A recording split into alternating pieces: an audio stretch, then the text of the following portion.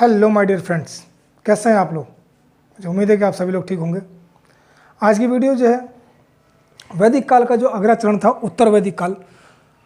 इससे पहले वाली वीडियो में जो आपको बताया गया था वैदिक काल में दो खंड होते हैं, दो खंड में ऋग्वैदिक काल की जानकारी ऋग्वेद से मिलती है, जबकि उत्तर वैदिक काल में जो है ऋग्वेद से इतर जो है अन्य वेद यानी वैदिक साहित्यों से, इसके अलावा जो है वैदिक उत्तर साहित्य से भी इस काल की पूरी जानकारी मिलती है। वैदिक साहित्यों के अंतर्गत क्या क्या आदि आते हैं तो वेद आते हैं।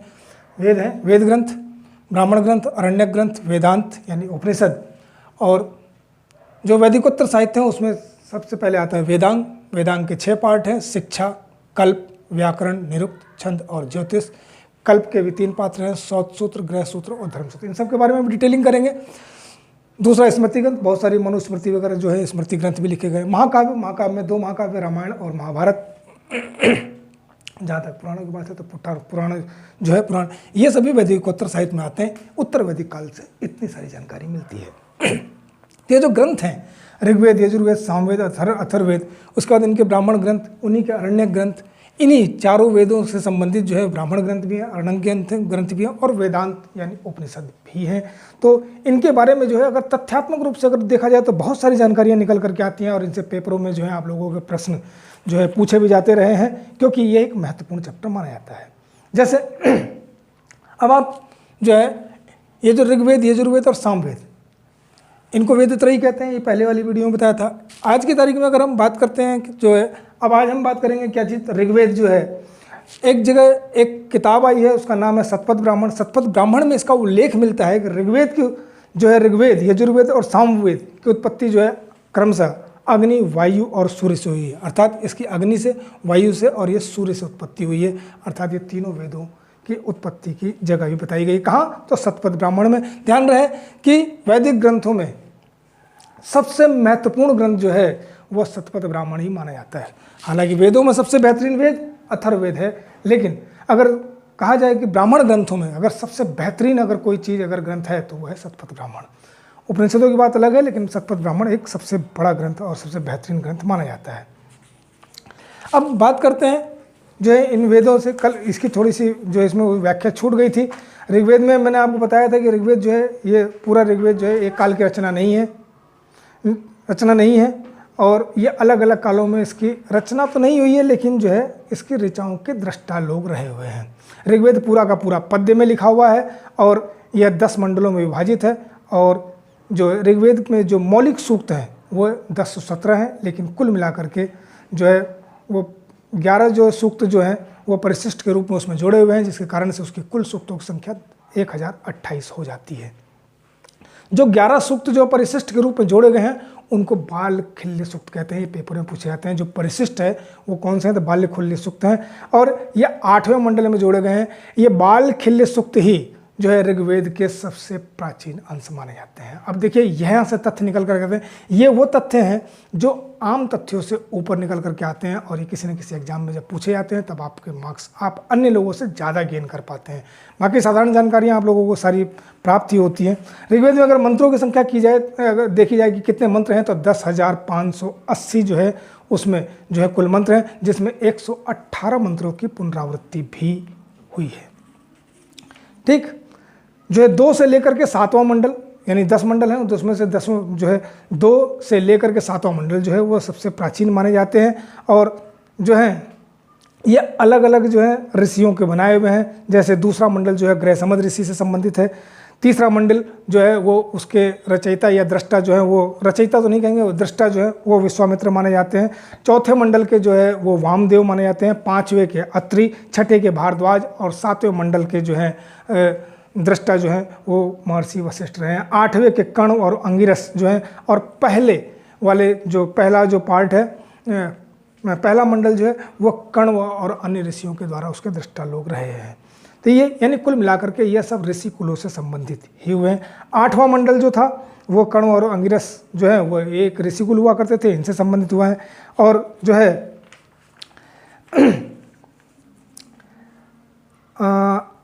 9वां मंडल जो है वो सोम देवता को समर्पित है। ये प्रश्न भी पूछा जाता है पेपरों में। और सबसे अंत में जो है 10वें मंडल का निर्माण किया गया, जो कि पहले मंडल के लगभग बराबर ही है और थोड़ी सी भाषा के जो स्तर है उसमें भी कुछ जो है बाद की रचना मानी जाती है, क्योंकि उसमें कुछ परिशिष्टता निकल करके आई हुई है। तो ऋग्वेद का जो सबसे प्राचीन अंश है, देखिए सबसे प्राचीन मंडल जो है वो 2 से लेकर के 7 तक हैं, लेकिन ऋग्वेद का जो सबसे प्राचीन अंश है वह 8वें मंडल में है और वह है बालखिल सूक्त के रूप में, जो कि वही परिशिष्ट के रूप में माने जाते हैं। ठीक, इसके अलावा जो है अब निकल करके जब आते हैं दूसरा वेद, अभी वैदिक उत्तर साहित्य में भी ये सारी चीज़ें देखनी थी। यजुर्वेद जो है यज्ञ जो है ये इसमें जो है यज्ञ से संबंधित मंत्रों को संकलित किया गया है और इसीलिए इसको यजुर्वेद पद्धति का ग्रंथ कहा जाता है। इसकी कई सारी शाखाएं उपलब्ध थी, लेकिन जो है महत्वपूर्ण 2 शाखाएं कृष्ण यजुर्वेद और जो है आपका शुक्ल यजुर्वेद।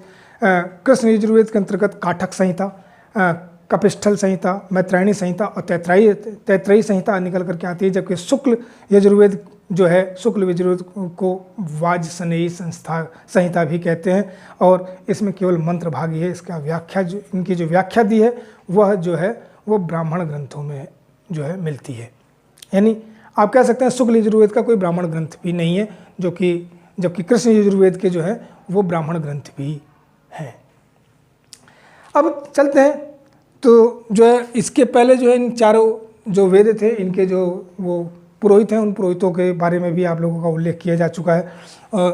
तीसरा वेद है सामवेद। सामवेद जो है आपको जो है यानी वेदों का ऐसा भाग जो गा करके गाया जाता हो उसे सामवेद कह करके पुकारा गया। अर्थ साम का मतलब ही होता है गायन, और इसमें जो है गायन से संबंधित जो है सारी बातें कही जाती हैं। सामवेद में जो कुल मंत्र हैं वो 1810 मंत्र हैं, जिनमें से जो है 261 दोहराए गए हैं और जो मूल मंत्रों की संख्या अगर देखा जाए तो 1549 यानी 1549 उनकी संख्या है। और इनमें से भी अगर कहा जाए तो 75 मंत्र ही सामवेद के मौलिक मंत्र हैं, बाकी सब के सब जो है ऋग्वेद की ऋचाओं से ही लेकर के आया गया है और उन्हें जो है लयबद्ध करके जो है गायन के रूप में प्रस्तुत किए गए। चौथा जो था आपका अथर्ववेद। अथर्ववेद जो है इसकी 2 मुख्य शाखाएँ हैं, शौनक और पिप्लाद। ये भी एक महत्वपूर्ण जानकारी। ये देखिए अन्य जो छोटी छोटी जो किताबें होती हैं तथ्यात्मक रूप से उनमें ये जो है जानकारियाँ आप लोगों को नहीं मिलती है। ये एक गूढ़ जानकारी है, ये आप लोगों के लिए कह सकते हैं कि एक एक्स्ट्रा लेवल का जो है आप लोगों को ये तथ्य बताए जा रहे हैं। ठीक, अथर्ववेद जो है 2 ऋषियों की लगभग देन मानी जाती है। अथर्वा ऋषि इन्होंने जो है रोगनाशक मंत्र दिए थे, दूसरे अंगिरस, और इन्होंने जो है शत्रुओं को अभिशप्त करने के मंत्र जो है इसके अंदर दिए हुए हैं। तो इस तरीके से जो अथर्ववेद है इन तीनों वेदों का सार माना जाता है और ये वेदों में सर्वश्रेष्ठ वेद भी कहा जाता है। इसे ब्रह्म वेद के नाम से भी जाना जाता है। छात्रों, इसके आगे बढ़ते हैं। आगे जो है ब्राह्मण ग्रंथों की बात करते हैं। ब्राह्मण ग्रंथ जो है वो वैदिक साहित्य की दूसरी कड़ी मानी जाती है। दूसरी कड़ी कौन सी है? तो वह है ब्राह्मण ग्रंथ। ब्राह्मण ग्रंथ की जो है उसमें क्या क्या चीज़ें दी हुई हैं, तो उसमें जो है कर्म कांडों की उत्पत्ति और उसकी महत्वता का वर्णन किया गया है। प्रत्येक वेद के अपने अपने ब्राह्मण ग्रंथ हैं। जैसे ऋग्वेद का जो ब्राह्मण ग्रंथ है ऐत्रेय और कौशितकी, ये 2 ब्राह्मण ग्रंथ हैं, ऐत्रेय ब्राह्मण और कौशितकी ब्राह्मण। जबकि यजुर्वेद के जो है ब्राह्मण जो है उनमें से जो है कृष्ण यजुर्वेद के ब्राह्मण ग्रंथ और जो है शुक्ल यजुर्वेद के ब्राह्मण ग्रंथ जो महत्वपूर्ण ब्राह्मण ग्रंथ हैं। तो कृष्ण यजुर्वेद का जो है तैत्रीय ब्राह्मण और शुक्ल यजुर्वेद का जो है वह है शतपथ ब्राह्मण। और यह मैंने आपको पहले ही बताया कि जितना भी वैदिक साहित्य है उसमें सर्वश्रेष्ठ ग्रंथ माना जाता है। यानी जितने भी ब्राह्मण ग्रंथ हैं उन ब्राह्मण ग्रंथों में सबसे महत्वपूर्ण है और वैदिक ग्रंथों में भी सबसे महत्वपूर्ण ग्रंथ माना जाता है। सामवेद की अगर बात करते हैं तो सामवेद के जो है 4 महत्वपूर्ण ब्राह्मण ग्रंथ हैं, जिसमें कि पंचविंश ब्राह्मण, जिसे कि तांड्य महाब्राह्मण भी कहते हैं, षड्विंश ब्राह्मण, इसे जो है अद्भुत ब्राह्मण के नाम से जाना जाता है, जैमिनीय ब्राह्मण, इसे तलवकार ब्राह्मण के नाम से भी जाना जाता है, और छांदोग्य ब्राह्मण, इसमें जो है जन्म से लेकर के विवाह से संबंधित समस्त जो है अनुष्ठान दिए हुए हैं, किसमें? छांदोग्य ब्राह्मण में। ठीक, अथर्ववेद की अगर बात करते हैं तो अथर्ववेद का एक ही ब्राह्मण ग्रंथ है, वो है गोपथ ब्राह्मण। इन्हीं ब्राह्मण ग्रंथों के बाद जो है आगे जो होता है आरण्यक ग्रंथ। तो ब्राह्मण ग्रंथों के ही अंत में 1-1, 2-2 अध्याय जोड़ करके जो है आरण्यक ग्रंथों की रचना की गई। और जिस नामों से जो है आपके ब्राह्मण ग्रंथ मिलते हैं, ठीक उसी प्रकार से इनके जो है आपके आरण्यक ग्रंथ भी इन्हीं नाम के होते हैं। अरण्य का मतलब होता है वन अर्थात जंगल, अर्थात जो वैदिक साहित्यों की तीसरी कड़ी मानी जाती है।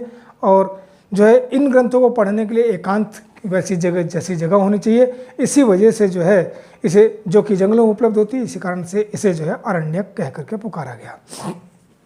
अब अरण्य ग्रंथों की अगर बात करें तो वो भी वैदिक ग्रंथों से ही हैं, यानी ये जो वेद हैं चारों वेद। तो ऋग्वेद का जो अरण्यक है वह ऐत्रेय और कौशिकी अरण्यक है। यजुर्वेद का जो है तैत्तिरीय अरण्यक और शतपथ अरण्यक। ऐसे सामवेद का जो है छांदोग्य अरण्यक और अथर्ववेद का, ध्यान रखें कि अथर्ववेद का कोई भी अरण्यक नहीं है।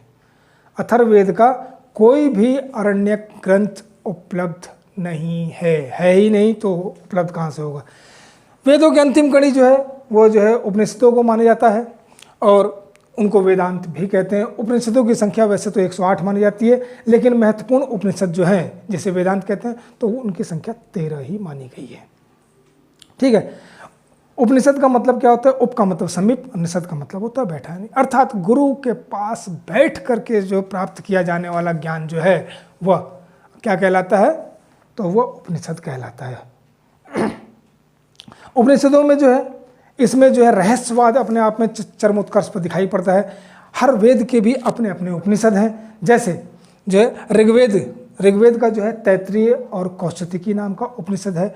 यजुर्वेद की अगर बात करें तो यजुर्वेद में जो है कृष्ण यजुर्वेद से तैत्तिरीय, श्वेतांबर, कठोपनिषद और मैत्रायणी, ये 4 उपनिषद हैं उसके। जबकि शुक्ल यजुर्वेद से जो है बृहदारण्यक उपनिषद और ईश उपनिषद, ये 2 उपनिषद उसके हैं शुक्ल यजुर्वेद के। सामवेद की बात करें, सामवेद में जो है छांदोग्य उपनिषद और कठ उपनिषद, जिसे हम कठोपनिषद मिलाकर कह देते हैं।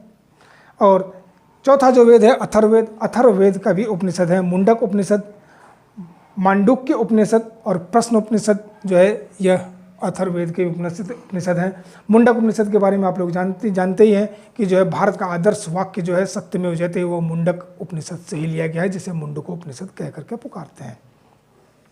ठीक।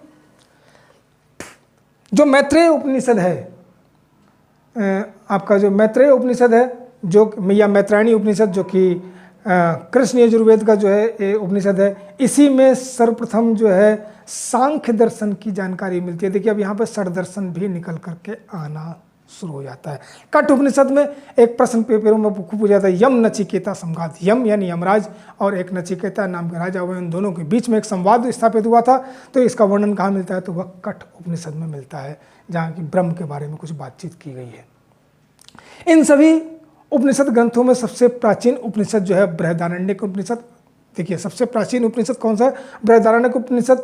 और इसी में सर्वप्रथम ब्रह्म की व्याख्या की गई है। कठ जो बृहदारण्यक उपनिषद में सर्वप्रथम ब्रह्म की व्याख्या की गई है। ब्रह्म क्या होता है? ब्रह्म से ब्राह्मण हुए। ब्राह्मण किन्हें कहते हैं? तो जिसे ब्रह्म का ज्ञान हो जो है वही जो है ब्राह्मण कहलाता है। इसी प्रकार से जो है जब ब्रह्म की जो परिकल्पना थी वो बृहदारण्यक उपनिषद से निकल करके आई। बृहदारण्यक उपनिषद के बाद जो छांदोग्य उपनिषद की रचना की गई। जब छांदोग्य उपनिषद में ही जो है एक जगह जो है इसका जो है वो एक जानकारी मिलती है कि जहाँ एक तत्ववाद की परिकल्पना की गई है, सर्वकालमिदं ब्रह्मम, अर्थात संसार में एक ही तत्व है और वह है ब्रह्म। यानी पूरे संसार में एक क्या चीज़ है? एक ही तत्व है और वह है ब्रह्म। ठीक। इसी प्रकार से मैंने आपको बताया कि सत्यमेव जयते जो है मुंडक उपनिषद से निकल करके आया है। इसी तरीके से एक जो है गायत्री मंत्र सभी लोगों को याद भी होगा। तो वो गायत्री मंत्र जो है वह जो है सवित्र देवता की स्तुति में गाया गया है और उसका उल्लेख ऋग्वेद में मिलता है। और ऋग्वेद का भी जो है वो जो है उसकी जो व्यवस्था जो है वो अष्टम मंडल से निकल करके आती है। देखिए ये तो हुआ आपका वैदिक ग्रंथों से जो है जुड़ी हुई जो छोटी छोटी जानकारी। अब जो है इसके आगे बढ़ते हैं तो थोड़ा सा वैदिकोत्तर साहित्य की बात करेंगे। वैदिकोत्तर साहित्य में जो है आपके इस जो है तमाम प्रकार की जो है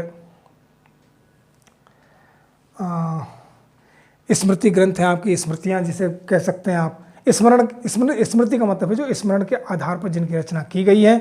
यह वैदिक ग्रंथ नहीं है, लेकिन वैदिक ग्रंथों से संबंधित माने जाते हैं। ये जो है ऐसे ही जो है धर्मसूत्र जो है ये धर्मसूत्र में ही जो पर धर्म जो सूत्र है, धर्म सूत्रों पर आधारित है।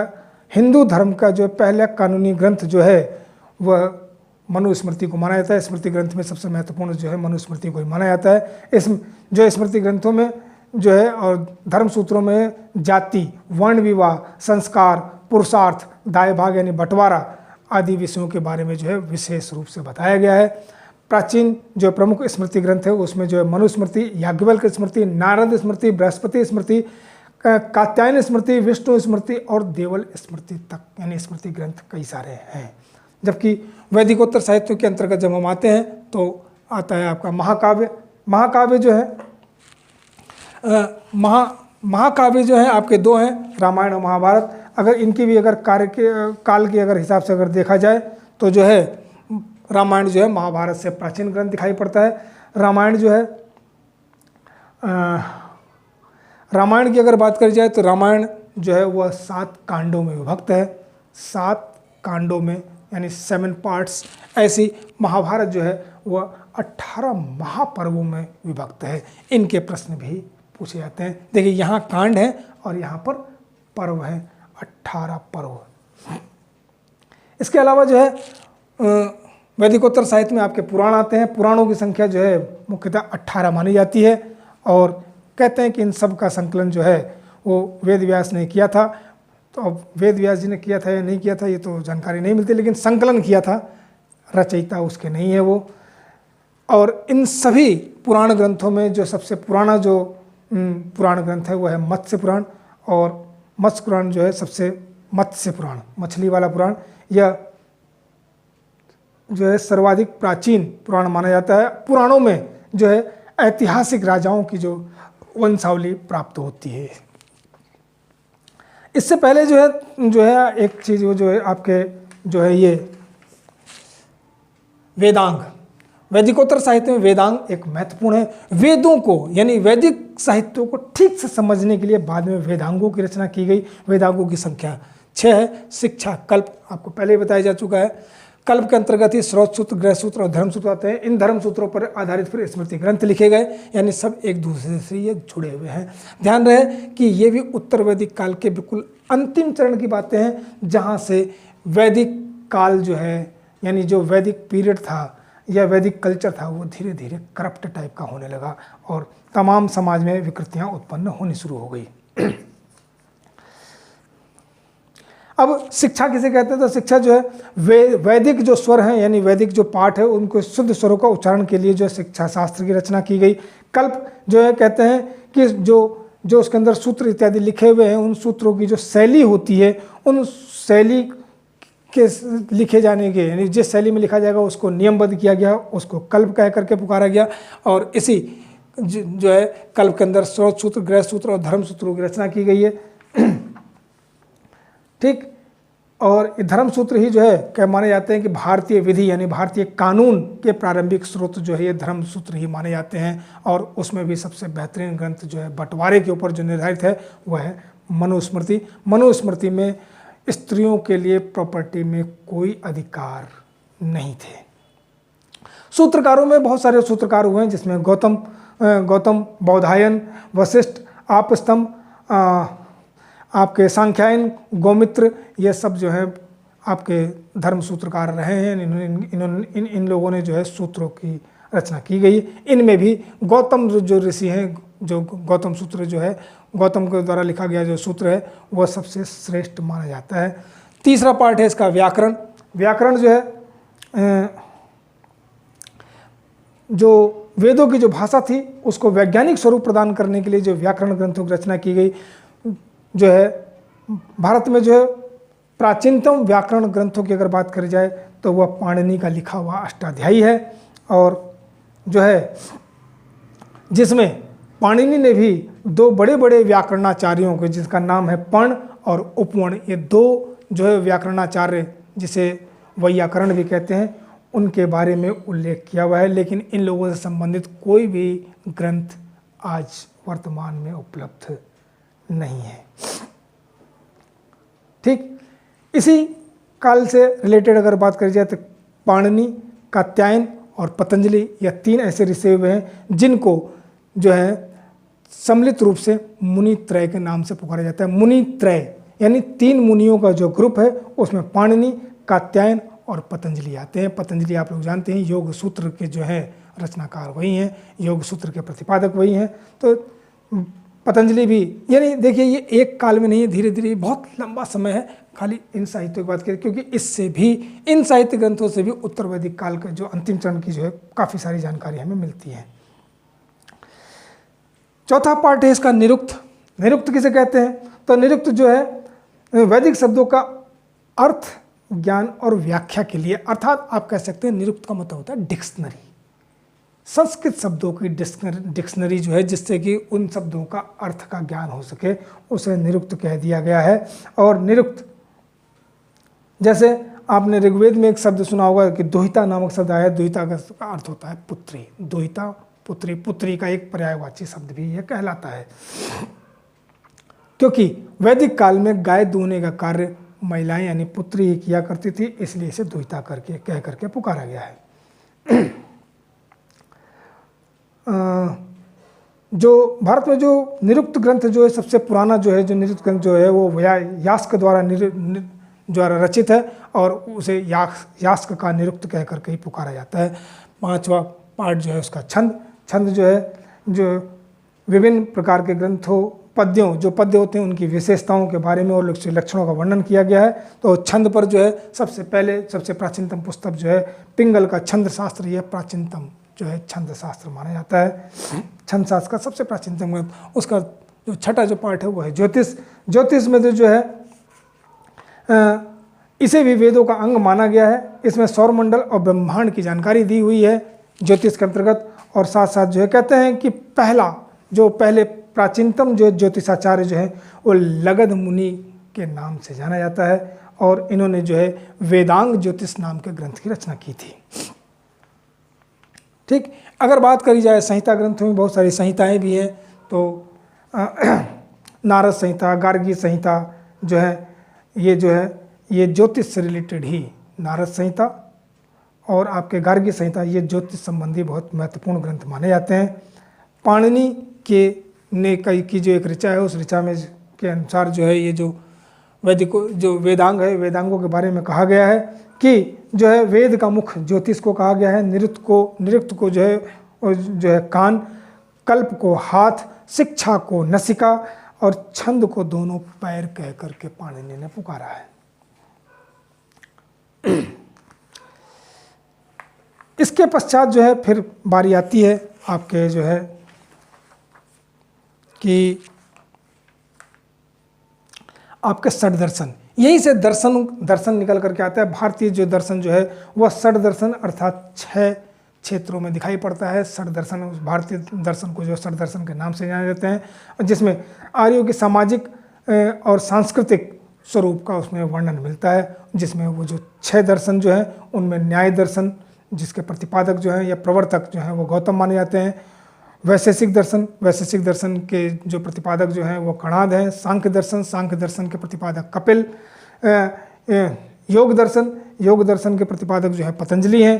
मीमांसा के जो है, बल्कि वो पूर्व मीमांसा कह देते हैं और उत्तर मीमांसा 2 होते हैं। तो पूर्व मीमांसा के जैमिनी और उत्तर मीमांसा के जो है बादरायण जो है वो इसके प्रवर्तक माने जाते हैं। थोड़ी सी और तथ्यों की अगर बात करें तो जो है देखिए यही जानकारी थी। देवताओं के बारे में जानकारी दे चुका हूँ मैं आप लोगों को कि किस प्रकार से जो है देवताओं के जो है दोनों कालों में जो है देवताएं जो है किस किस रूप में रहे हुए हैं। हालांकि अगर कहा जाए तो उत्तर वैदिक काल में ही जो है सब जो राजा की जो वो हुआ करती थी, आपकी परिषदें हुआ करती थी, उसमें सबसे महत्वपूर्ण जो थी वो सभा और समिति थी। अथर्ववेद के से जानकारी मिलती है कि उत्तर वैदिक काल में जो है सभा और समिति जो है महत्वपूर्ण एक हुआ, और जो है उसे जो है उनका कन्या कह करके भी पुकारा गया है। तो इस तरीके से जो है चीज़ें निकल करके आती हैं। अब देखिए वैदिक काल से संबंधित मोटे मोटे तौर पे मैं बहुत सारे शब्दों को आप लोगों को पहले ही बता चुका हूँ, और इससे जो है आपको पेपरों में जो सामान्य जो तथ्य होते हैं उनसे ज़्यादा आपको जानकारी दे करके जो है, जिससे कि आप लोग अन्य लोगों से आगे निकल सकें, यही मेरा प्रयास रहता है। अगर आप लोगों को ये वीडियो अच्छी लगी हो तो आप लोग चैनल को लाइक सब्सक्राइब कर लें और बेल आइकन भी दबा दें, और कमेंट अगर लिख करके अगर भेजते हैं तो आपका एक कमेंट जो है हमारे लिए एनर्जी का काम करता है, जिससे अगली वीडियो बनाने का प्रोत्साहन लगातार बना रहता है। आप लोग लगातार वॉच कीजिए और अपने दोस्तों साथियों के साथ भी इसे जो है फैलाने का प्रयास करें, या आपके लिए हितकारी है, क्योंकि जो है विद्या बांटने से बढ़ती है, कभी भी इसमें चोरी नहीं करनी चाहिए। इससे ऑल द बेस्ट, मिलते हैं अगली वीडियो में। अगली वीडियो जो होगी वो बिल्कुल इससे अलग होगी। अब वो जब द्वितीय नगरीकरण की जब बात आएगी तो किस प्रकार से जो है नगरीकरण का काल शुरू होगा और वहाँ से मगध का उत्कर्ष निकाल करके लाएंगे, क्योंकि उत्तर वैदिक काल की एक महत्वपूर्ण घटना थी। उत्तर वैदिक काल की महत्वपूर्ण घटना थी 900 ईस्वी में लोहे की खोज हो जाना। लौह एक हार्ड धातु थी और उससे जो है वो धरती के सीने को अधिक गहराई से चीरा जा सकता था, तो चीर करके जो चीज़ें निकल करके आई तो उत्पादन बढ़ा। उत्पादन के फलस्वरूप जो है तब नए नए उद्योग धंधे जो है वो विकसित हुए, और साथ साथ में जो है शहरों का निर्माण भी हुआ। और जब नगरीय निर्माण हो जाता है तो व्यवस्थाओं में कुछ ना कुछ चेंजेस निकल करके आते हैं, तो धर्म भी थोड़ा सा जो है वो टूटने लगता है, और टूट करके जो उसका स्वरूप बदलते हैं। कुछ लोग उसमें जो है उच्च चीज़ों को ग्रहण करने के लिए जो है अपनी परिस्थितियों को भिन्न करने के लिए जो है कुछ नवीन धर्मों के लिए नए नए प्रयोग किए जा रहे थे, क्योंकि शहर में प्रयोग करने की जगह होती है, तो वहाँ प्रयोग कर करके जो है नवीन धर्मों का उद्भव भी दिखाई पड़ता है, जिसमें कुछ नास्तिक धर्म ही निकल करके आते हैं। वो भी आप लोगों को बताए जाएंगे, अगली वीडियो में उसकी चर्चा करते हैं। Wish you all the best.